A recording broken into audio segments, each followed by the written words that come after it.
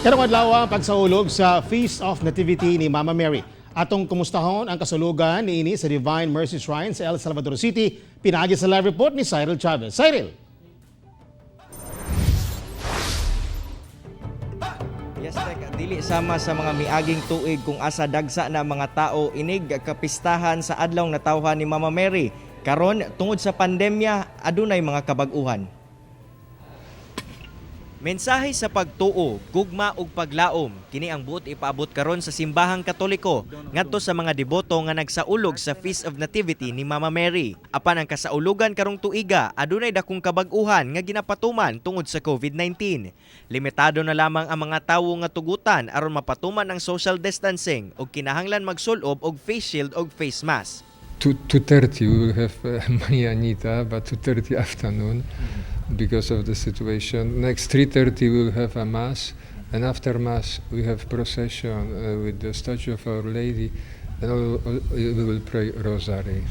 Kung kaniadto moabot sa 5,000 ka mga deboto ang mudagsa dinhi sa Divine Mercy Shrine aron sa ulogon ang birthday ni Mama Mary, apan karon tuiga tungod sa pandemya, gamay lamang ang mibisita.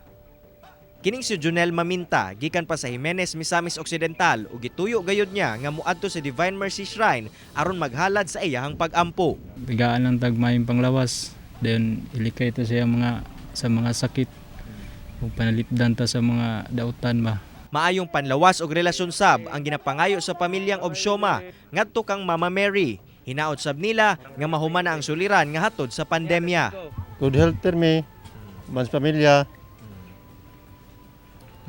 Hinalod na nga, daghang pangrasya maabot.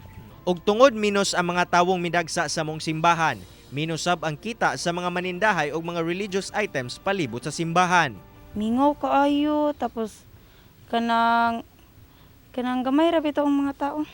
Dili pa rin nauna ba nga, nauna bibo kaayo. Taliwala pa man sa pandemya, panghinaot sa simbahan nga inay mahilayo sa labawng makagagahom, mas maayo nga gamiton kini nga panahon aron mas mahimong suod ngadto kaniya. Tek mensahe sa simbahan ngadto sa mga deboto nga atong sundon ang ehemplo nga gihimo ni Mama Mary kung asa iyahang gisunod ang kabubuton sa Ginoo ngadto sa iyang kinabuhi nga miresulta og kaayuhan ngadto sa iyahang kinabuhi. Tek. Okay, daghang salamat, Cyril Chavez.